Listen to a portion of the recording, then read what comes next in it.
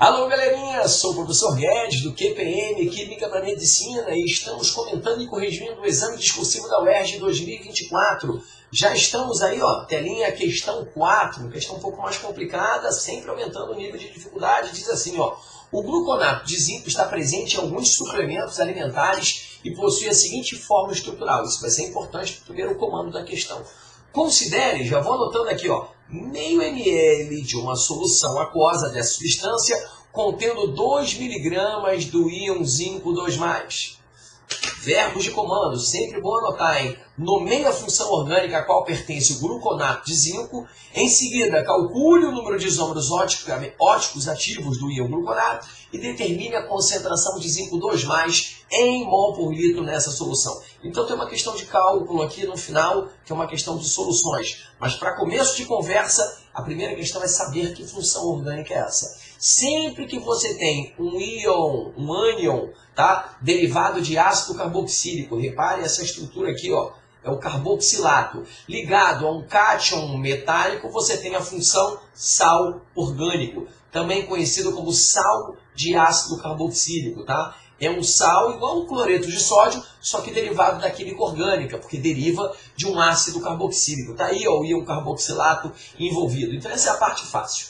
Um pouquinho mais complicado é calcular o número de isômeros oticamente ativos ou óticos ativos do íon gluconato.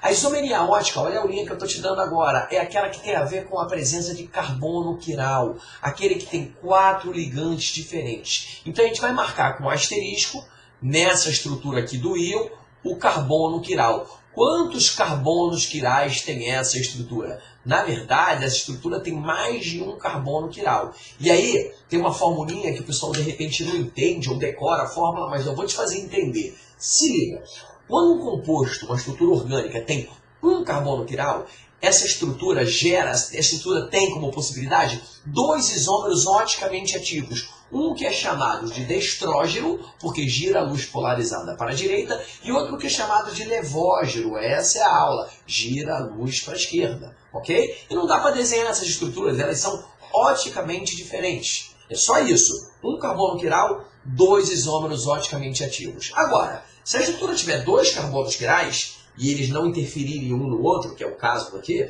eu vou ter 2 vezes 2. Isso é um princípio da matemática. 2 vezes 2, 4. E se tiver 3 carbonos quirais, é 2 vezes 2 vezes 2. Ou seja, é uma potência de 2. Então presta atenção que eu vou colocar agora a fórmula no papel. O número de isômeros oticamente ativos é sempre 2, potência de 2, elevado a n, onde esse n é o número de carbonos quirais diferentes. E a gente vai contar quantos carbonos quirais tem aquela estrutura lá em cima.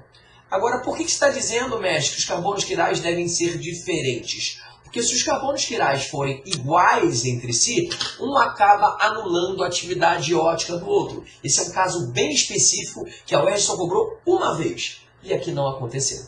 Então vamos lá para a estrutura. Lá na estrutura do íon gluconato, esse carbono aqui, ó, o carbono número 2 da molécula, é um carbono quiral. Estou marcando com asterisco um carbono quiral. Por quê? Porque ele está ligado à hidroxila, hidrogênio que está escondido embaixo. Então, deixa eu mostrar o hidrogênio aqui, ó. Aí tem o carboxilato do lado direito e todo o pedaço do íon do lado esquerdo que é diferente dos outros 4. Então, quando tem 4 ligantes diferentes, o carbono é quiral.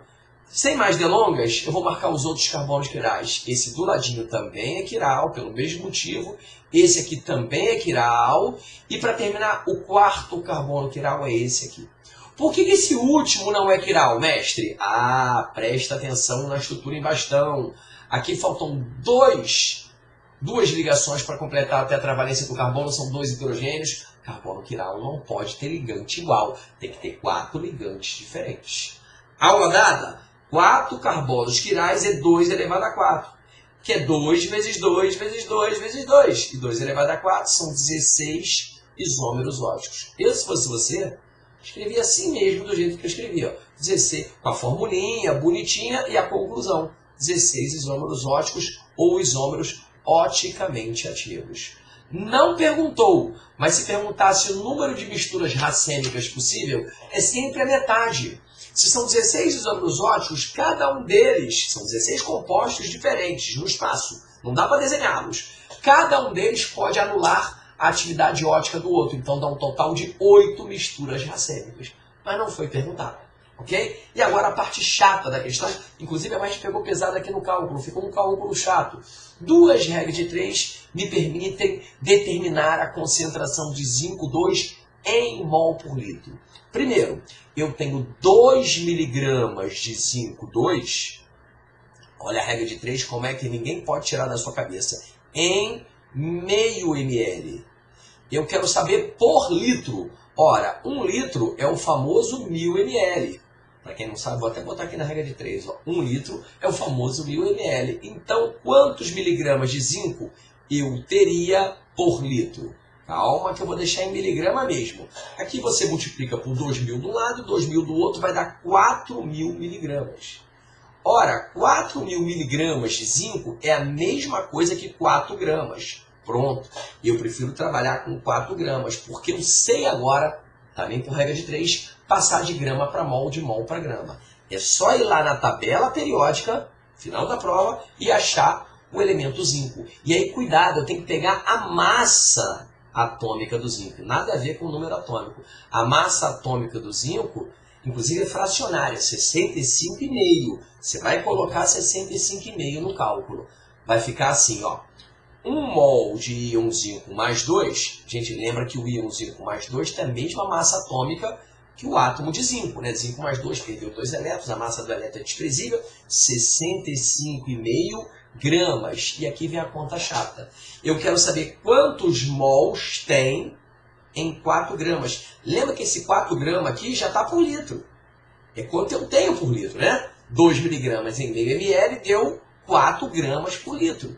Então aqui o X já vai sair em mol por litro, mas essa conta é chata, porque fica 4 dividido por 65,5.